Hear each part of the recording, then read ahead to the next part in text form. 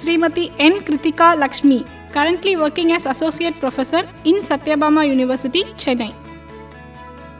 She has done her Bachelor of Architecture from Periyar Maniammai College of Technology for Women, Bharathidasan University, Trichy, and Postgraduate Diploma in Business Administration from ICFAI University, Hyderabad.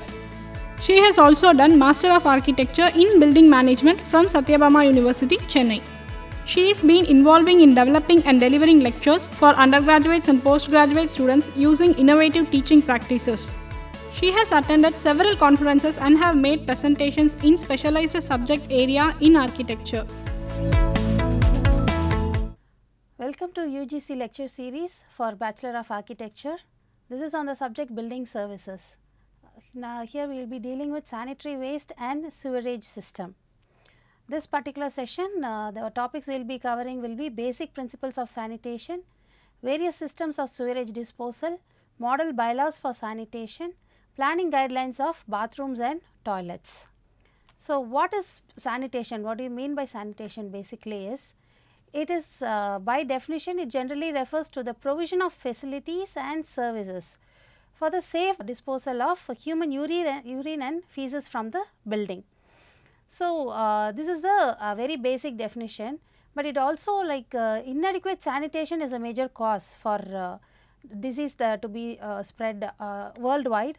So, improving sanitation is known to have very significant beneficial impact in both households and across communities. So, sanitation we now refer to the maintenance of hygienic conditions in general through services such as garbage disposal and wastewater disposal. There are certain basic principles that when we follow during the planning stage itself, we can give a better sanitation for the buildings, like collection and conveyance, interior decoration, orientation of the building, prevention of dampness, supply of water and treatment of waste. So, how by collection and conveyance we can do is, for the basic thing in sanitation is we have to remove any waste matter as early as possible. So, the earlier we remove it, the easier it becomes to render it harmless. So, this waste matter can be in any form like solid, liquid and gaseous. So, the collection and conveyance should be very effective. Interior decoration. Before we go for interior decoration of any particular building, we should have a very serious thought about what we are going to put in the rooms, because if you are going to put substances which are going to catch dust or collect dust, you need not paste that in that rooms. Better to avoid such things. If you are going to you have to place such things, then you have to do a regular cleaning. Periodical cleaning has to be made for that. Next comes the orientation of the building. This is very basic for any building.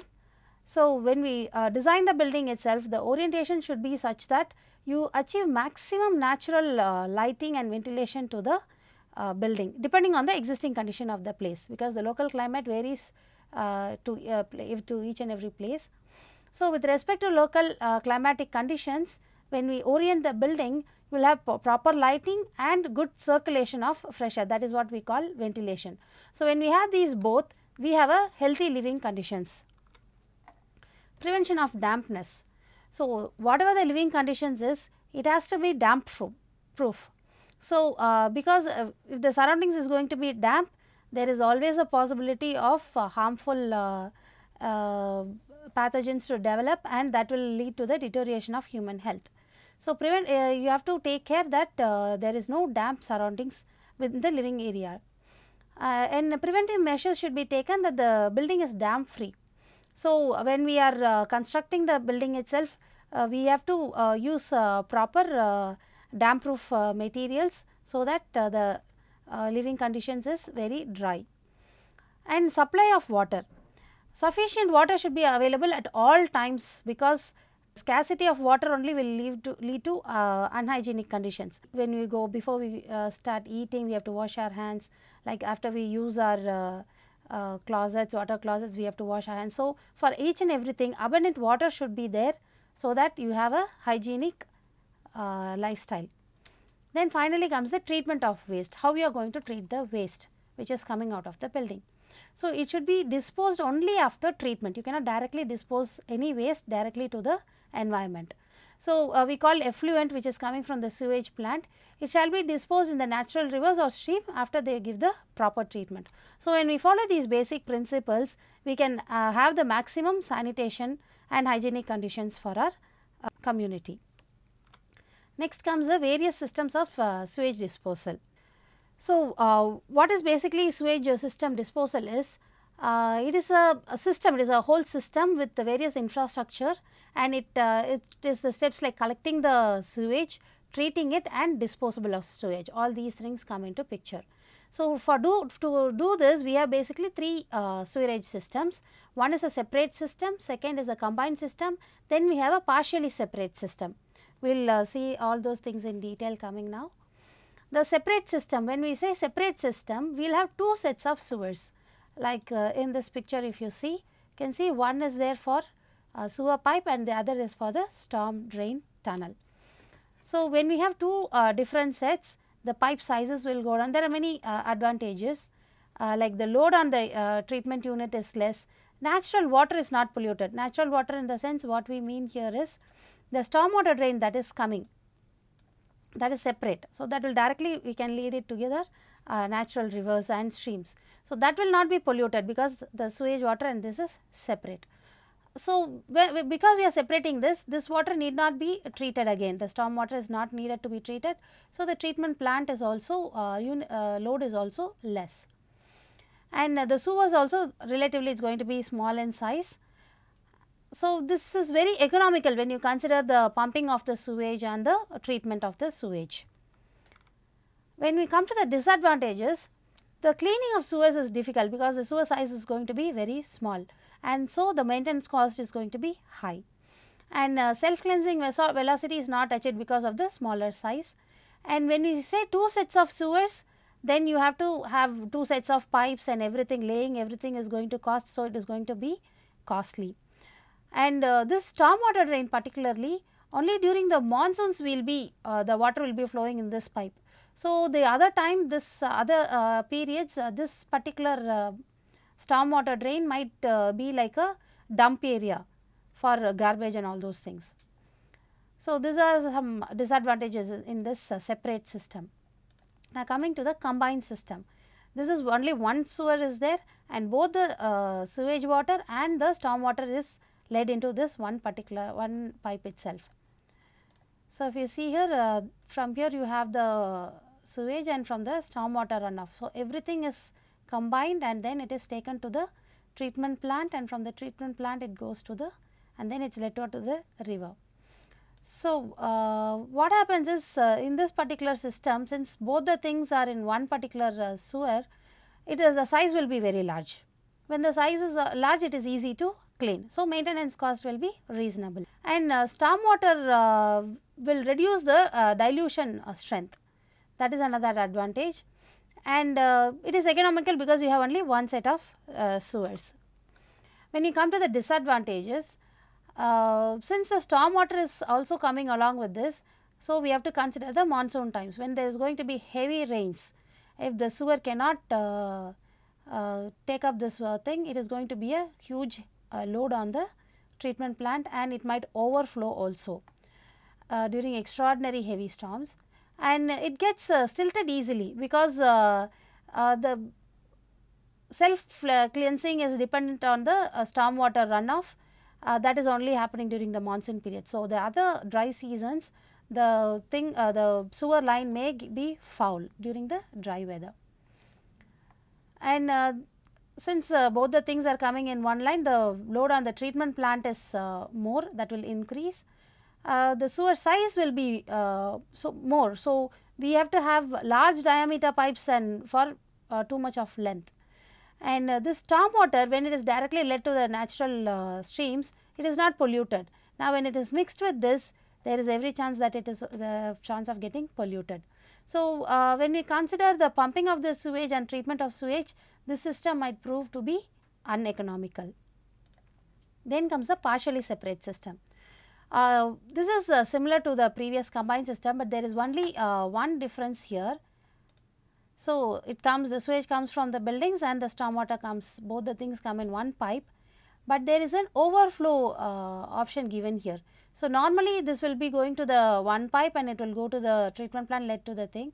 During monsoon time, that is heavy rains are going to come, beyond a certain limit, the storm water will be directly led into the overflowing storm water will be directly led into the river. So, early washing by rain will be entering the sewers. When it exceeds the limit, it is conveyed into the open drains. So, the advantages, since it combines both the systems, it has various advantages, like this storm water, it will avoid the silting in the sewer, and disposing also is simplified. From the houses it is simplified because it is connected to the normal sewage system, and the sewers also are of reasonable size because the overflow is being let out to the natural streams. The disadvantage will be like the quantity of storm water which is led will increase the load on the sewerage units again, because it is a combined system, and since it is dependent on the monsoon rains, during the dry season the velocity of the flow will be less. So, that is the negative 2 points for this particular system. So, these are the three basic systems that we have. So, which system we are going to select? So, we have to follow certain or have certain points in mind before selecting the sewerage system.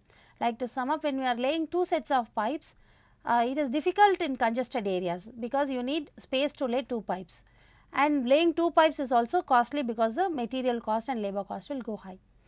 And but this two sets of pipes will avoid the treatment of storm water. So, the load on the treatment plant will go down, it will be less, and we do not have to look for any gradients when you are doing two sets of pipes, because there will not be any backup of sewage because the sewer line is going to be separate. And when you consider one pipe system, that is combined system, that is very economical in terms of only one pipe is going to be there, and it is economical in those terms. But this particular system, you have to lay it in steeper gradients. You need to have steeper gradients. If you use this type of system in a flat terrain, then it is going to stilt and the thing might clog. So, steeper, when you go for steeper gradients, then you have to pump the sewage. So, that is going to increase the cost, and large treatment capacity also is needed because it is a combined system. So, this pump, when you consider the pumping and treatment, this particular system is going to be uneconomical. So, we have to work out both the systems, calculate the cost, how it is going to work out depending on the topographical conditions. We have to decide on the system. We cannot say this is the best and this is the this is what we can use. So, each and everything has to be worked out clearly, and then the selection of the system can be done. Now, coming to the model bylaws for sanitation. So, NBC is National Building Code by 2005 edition. There are certain drainage and sanitation requirements they have framed for sanitation specifically. So, it is like there should be at least one water tap, and the arrangement of drainage, if it is going to be the vicinity, that is the nearby to your water closet or a group of water closets in all buildings, that should be there. So, one water tap and arrangement for drainage. So, to drain the water closets. And when coming to dwelling units, each family dwelling unit, when it is abutting the sewer, where you can drain the sewage water, waste water, or you are going to have a private disposal system, either of the two. If you have, that dwelling unit should have one water closet and one kitchen type sink in the premises, that is inside the building itself. So, this is a very basic requirement. A bath or shower shall be installed to meet the basic requirements. So, additionally you can also have a bath or shower also within the building if possible, so that you have a better personal hygiene. Now, when it comes to other structures other than residential buildings, one water closet and one other fixture, one more tap like fixture for cleaning purpose. This is a very basic requirement. And other than that, for dwellings with individual convenience, if you have everything for that particular dwelling alone separately, you will have one bathroom where you have a tap and a floor trap, one water closet with flushing apparatus and ablution tap, and one tap with a floor tap and a sink in kitchen. So, these are the very basic things. And also if there is only one water closet you are going to provide in the entire for the whole unit, it is better to provide separately the water closet and the bath. It is better to have a separate things.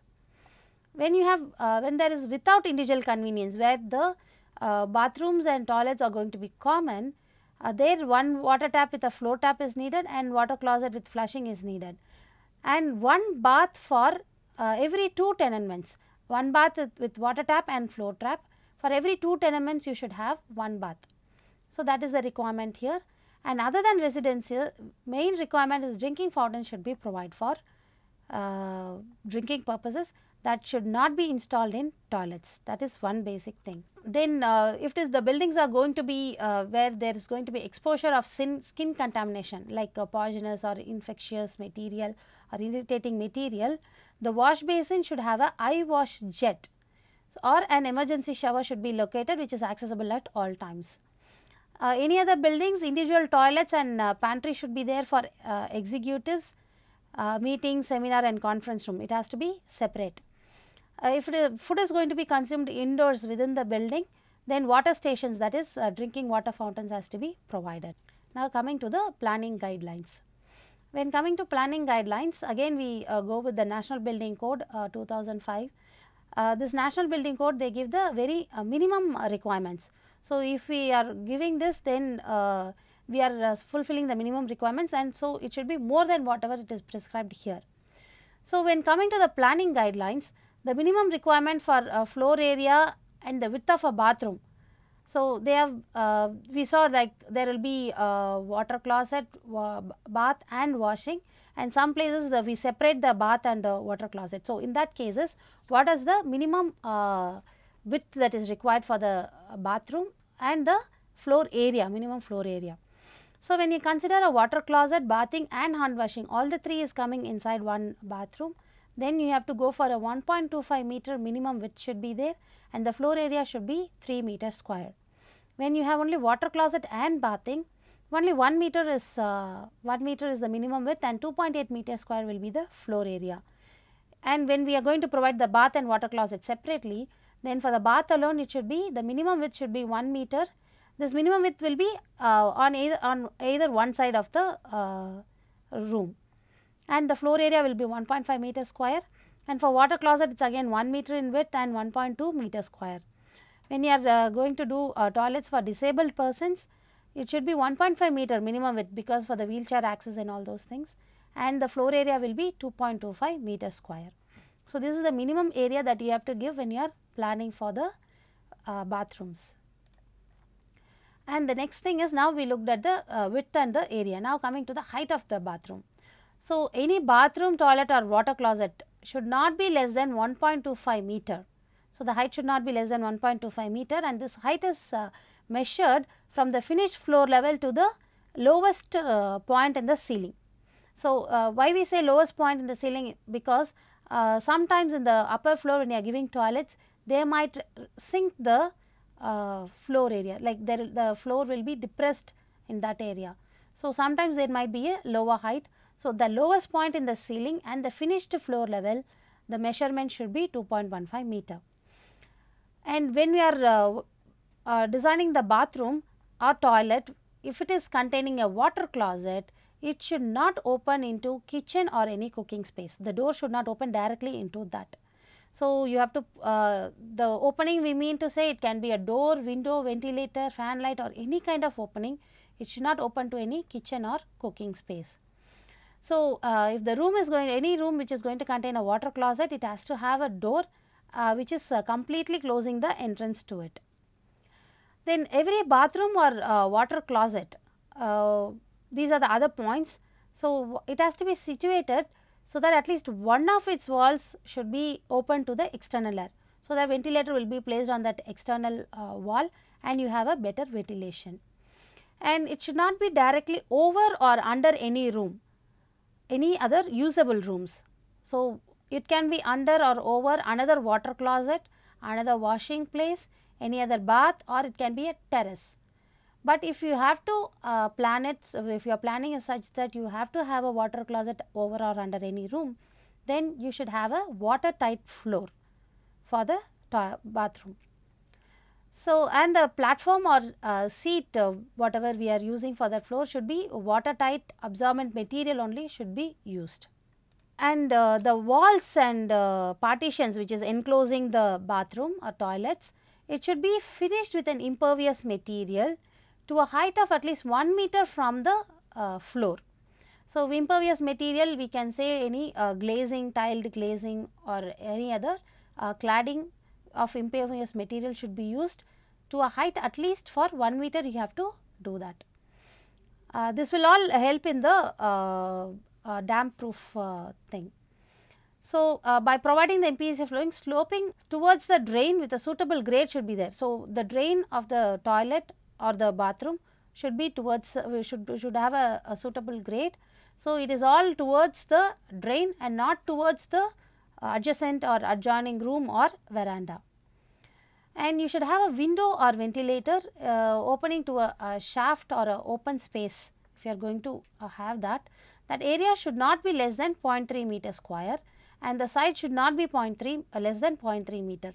A shaft in the sense you see in many apartments there might not be possible to give an external wall for some of the toilets. So, what they do is they provide a shaft and we call it as OHT.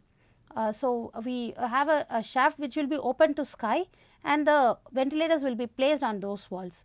So, that kind of a shaft, it should not be less than 0.3 meter square in area and the side, any one side should not be less than 0.3 meters. Now, we look into the sanitary fittings. When we come to sanitary fittings, these fittings are generally the provision made is to reception of foul liquids, that is take up the foul liquids and carry it to outside of the building. That is the main purpose of sanitary fittings. So, we have many sanitary fittings. Very common fittings we have are bathtubs, drinking fountains, sinks, urinals, wash basins and water closets. These are the fittings which we commonly see in any building for the matter. We will see each one in detail. Like first we will take bathtubs. So, bathtubs it can be cast in situ or it can be precast. So, this is like finished with, it has to be very smooth and there should not be any sharp projections or edges. So, it is finished with marble chips and terrazzo if it is going to be a cast in situ.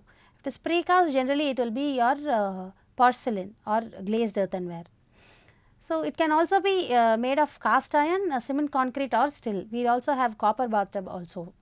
So, it can be of any material, the basic provision being the inside of the tub is smooth and there are no any projections and the water should not, it should be impervious to water. These are the main provisions.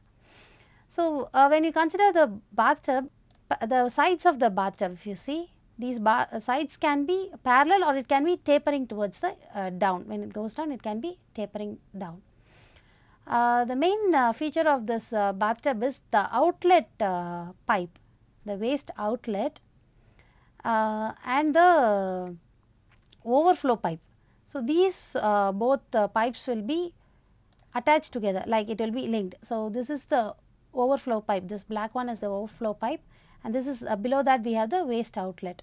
So, these will be connected and it will be taken out as one single pipe. So, this will be usually 40 mm. Dia pipes will be used for this. Next, coming to the drinking fountain. This is provided in buildings other than residences for supplying drinking water. It is generally a bowl. This is the drinking fountain with the pedestal. This is the line that is coming inside. This is the bowl. So, this is the bowl we have here. It has a push button and water bubbler or a tap.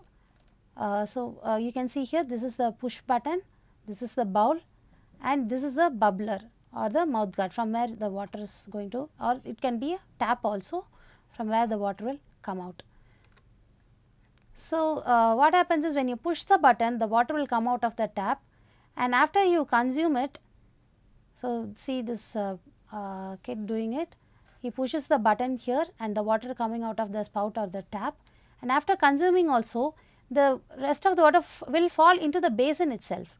So, it is taken by the drain and it is conveyed to the flow trap through grating. So, this is how drinking fountains are provided. And then sinks, everybody would have seen a sink, it is used in kitchens mostly, and laboratories also use sinks. So, the purpose of sink is to clean utensils, or in case of a laboratory the apparatus, and also to provide water for general usage.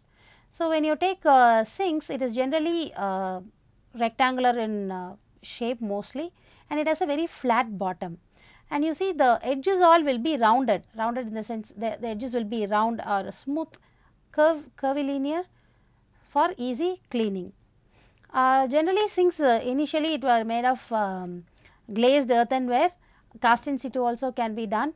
When you do cast in situ, it has to be finished with terrazzo, that is the tiles or marble or mosaic. So, nowadays we have stainless steel things which is even more easier to clean and more hygienic. Now, the sink size will depend upon the usage of the thing. So, when you are using it for residences, the size will be very small, and if you are going for hotels or restaurants, it is going to be very big. Hotels sinks in the sense where they use it for the kitchens. So, when you take up a sink, these are the inside working of a sink. So, you have a continuous waste line, you have sink strainer here, the cold water supply is coming from here from the bottom, and the taps are connected here. So, there is a hot water supply also is provided in a sink. So, in cold countries, not only for that, and for in kitchens we will have greased utensils. So, to wash that you will need hot water.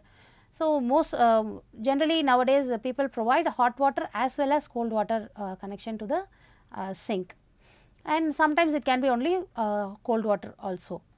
The mouth of the outlet pipe, the mouth of the outlet pipe is this one, what we see here, the drain here, sink strainer is given. So, that is the mouth of the sink. So, that is grating, it will be made of brass or nickel or stainless steel for the purpose. It will have perforations, so that any large substance will not get inside, or it will go inside the sink. So, in this lecture we have understood what is sanitation and the basic principles of sanitation. We covered the different sewage systems, various types of disposing sewage disposal. What are the bylaws we have in India for sanitation, and what are the different fittings we use for to be adopted for one particular dwelling unit and for any other buildings based on the National Building Code requirements. And the planning guidelines, when you are planning for a bathroom or a toilet, what are the guidelines to be followed? Those things also we discussed in this lecture. So, the probable questions will be like, what do you understand by sanitation? Explain the various methods of sewage disposal. What are the bylaws to be followed for sanitation appliances? And what are the planning guidelines for designing bathroom and toilets for residences or for any building for that matter? So, with this we close this lecture, and see you in the next. Thank you.